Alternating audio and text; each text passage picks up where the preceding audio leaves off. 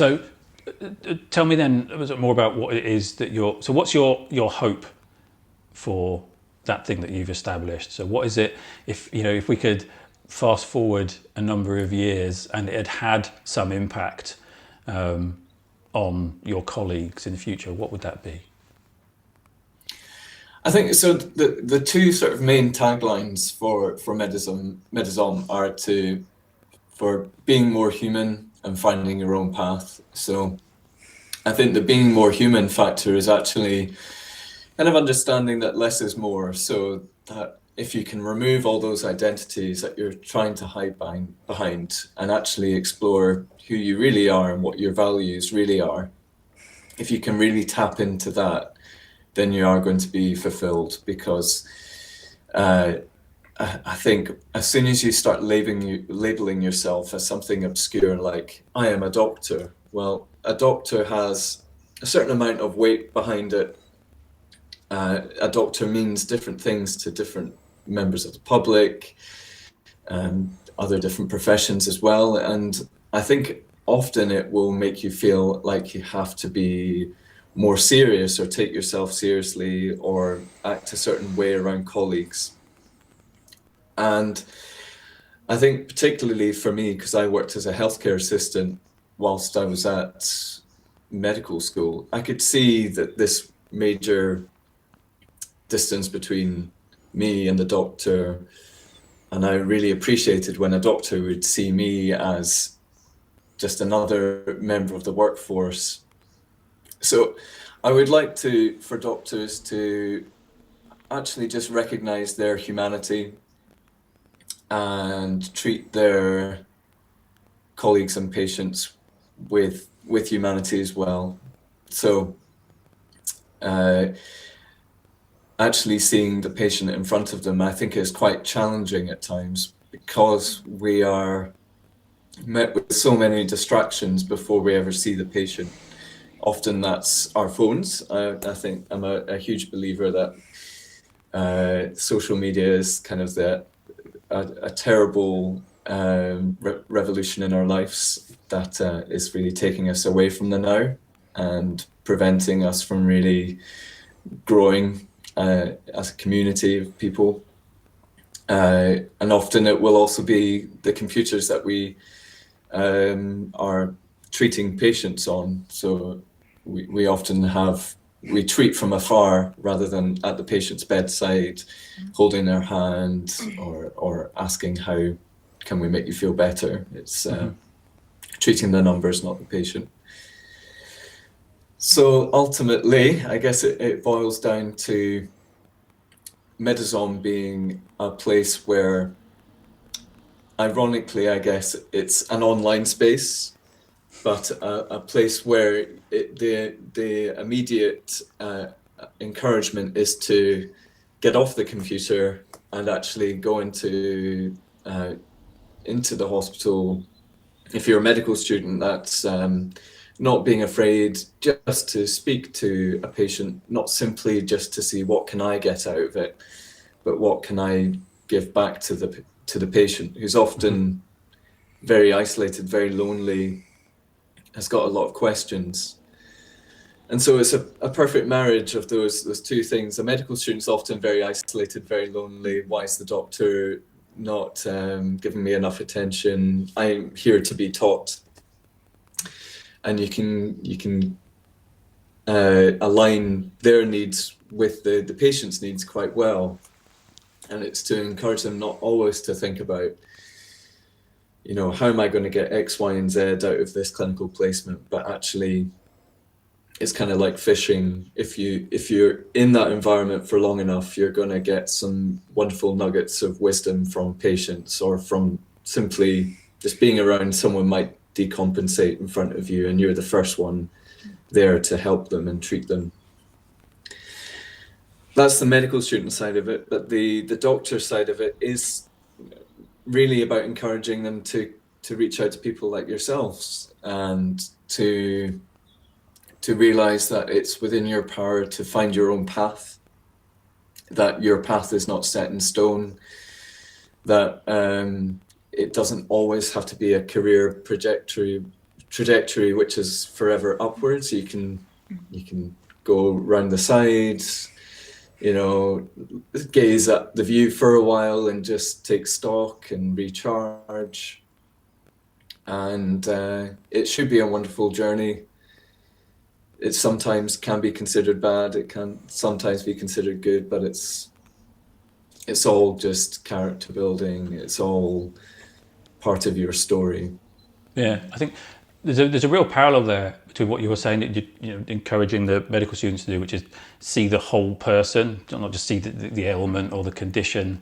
I think we all understand the kind of both the sort of financial and time pressures that clinicians have, and that might make that happen more. So we're not ignoring those, or we're not sort of belittling them, but encouraging people to see the whole person, because there is a whole person in there, and we're there to treat the ailment and also make them feel safe and to trust you along the way there. But also as well, the work you're doing then to get people to sort of see themselves as a whole person, not just a human who has a bit of them that's also a clinician or has gone into the medical profession, and there's a way that progresses, but there's also this human over here that we're going to ignore for a while so again, if you see that as the whole person, so along the way, what steps would I take, what will I aim for, how will I define success for me, will be different if you treat yourself as a whole person versus someone with a career and home life as well. I mean, so much of the language you use normalizes that approach, you know, work-life balance. I can't stand that phrase. I get what it's about, and it's a thing to be worked on in most people's definition of it, absolutely. But straight away it says there's work you and there's real you, and those are different things. So it's like, well, who am I thinking as right now? Did the whole person come to work today? Does that mean I've left part of my brain and my intuition and my insight and my humanity at home right now?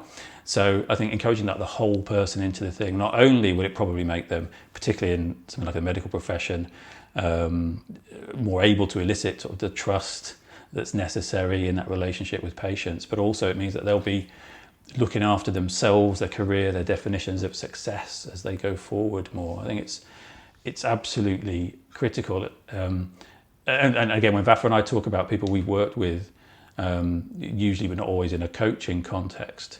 You know, people will come along with the problem. I want to talk about this little thing. I want to wrap it up in a little box. I want to talk about this work challenge or this personal challenge.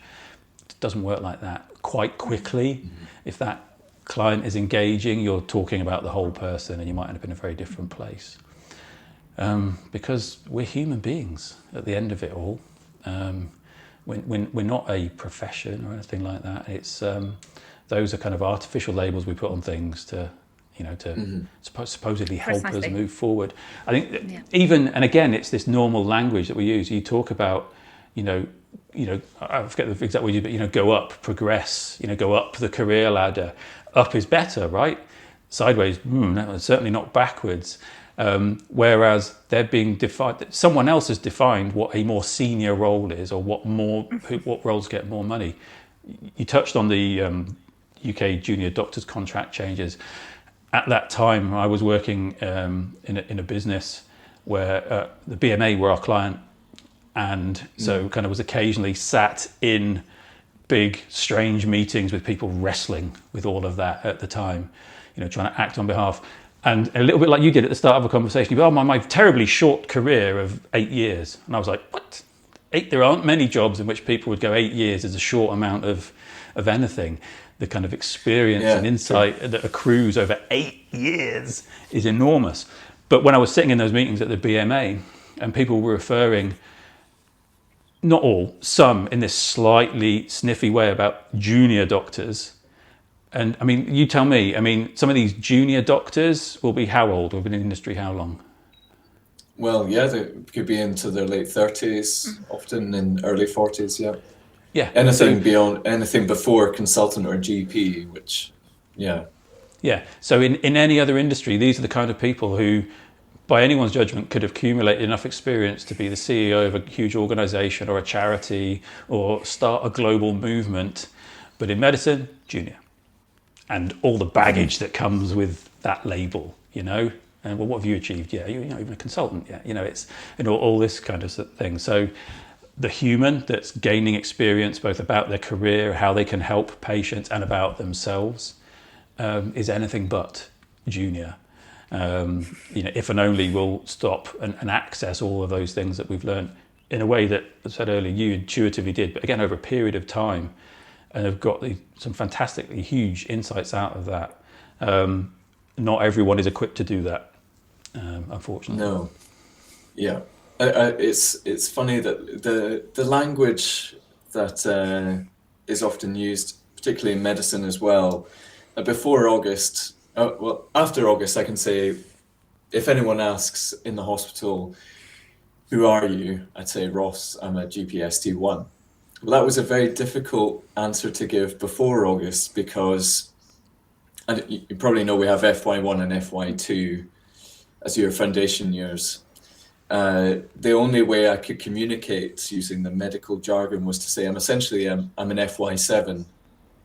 So you get people having an FY3 year, which is basically considered a year where you might do a bit of locuming and a bit of traveling, and then as soon as you've done that year, that's your career started. You're on to your specialty training.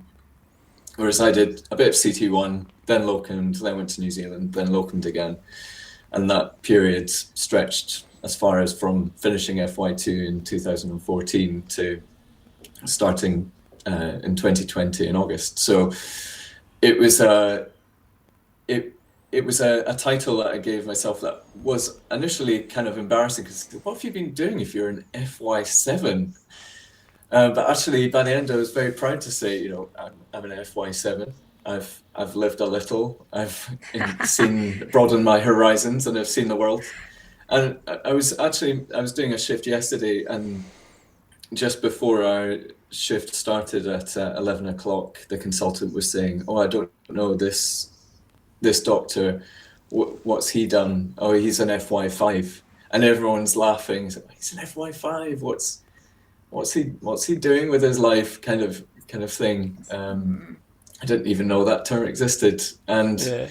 I could tell even because I was talking to him when he then joined at handover, and I was saying, "Look, I was at FY7," but you could tell he was quite defensive. He said, "Well, I enjoy my life," and I think you can tell he's quite tired. Of course, he's going to be defensive, exactly, because that's what he's come up against the whole time. And who knows? Probably for him, it's been the most fantastic thing. You touched on something earlier where kind of sort of jokingly we're talking about, those people that didn't get the big scores at school like I did, and then now off, was it the guy working on a cruise ship or something, who was just happy, fulfilled, enjoying life and all the rest of it. And so, I'm someone who's always banging the drum about going, all right, be the, the corny thing, be the change you want to see, and call out anything to the contrary every time you can without being rude about it. So a situation like that, we go, see this guy over here, he's an FY5. But like, that's amazing. I envy that guy, man. He's had that opportunity to go around and test in all those areas. Think of the insights he's going to have when he progresses later on, and he's, and he's looking after more serious things. I'd be going, that's amazing, isn't it? And then challenging everyone else to disagree with that, because do you know what? It is amazing. It is someone who's probably had the chutzpah to kind of deliberately take that path rather than just slavishly follow the path you're meant to, become super unhappy and have a third or a fourth burnout at the end of it. But it's not valued, and I'm keeping my mouth firmly shut here, as you can see, because all of this has a real huge emotional resonance for me. But course, my stories are very personal to me, and I don't particularly want to share them because they happen to me doesn't mean they'll happen to everybody else. But it is the environment that you work in. It's not conducive to being different, and that's what really got me out in the end, because I was different, and no matter how I tried to fit in, I just couldn't. I just stood out like a sore thumb. So and I just had to get out. For me, that was my story, but it's not the same for everybody else. And Vafa's helped me understand through our conversations over the last couple of years, what that was like for her first, particularly, but also for a lot of people in the medical field. And whilst a lot of what she was saying and you've been saying have their absolute parallels and kind of analogies across any number of industries and careers and professions, there does seem to be something about medicine that almost kind of like ratchets that up even more. And it's probably just because by dint of how things are organised, are relatively hierarchical and vertical. The absolutely necessary academic education that it requires to get there is just further training people into this. When I say rut, I don't mean it too rudely, but kind of someone will set out a set of criteria and you will either meet them or not meet them. And because, you have to be assessed as gaining academic, ability to be let loose and be able to do these things. And so that probably further as well kind of like drains away any notion of a bit more freeform, a bit more what's actually in front of me here. It's always going to be a unique experience. So we're kind of training people. Institutionalized, Tim. So to a degree, it's attracting people who are happy to operate in that way and are good at doing it. And then what it does is it literally almost kind of squeezes you down a toothpaste tube of doing that for years before you fully qualify.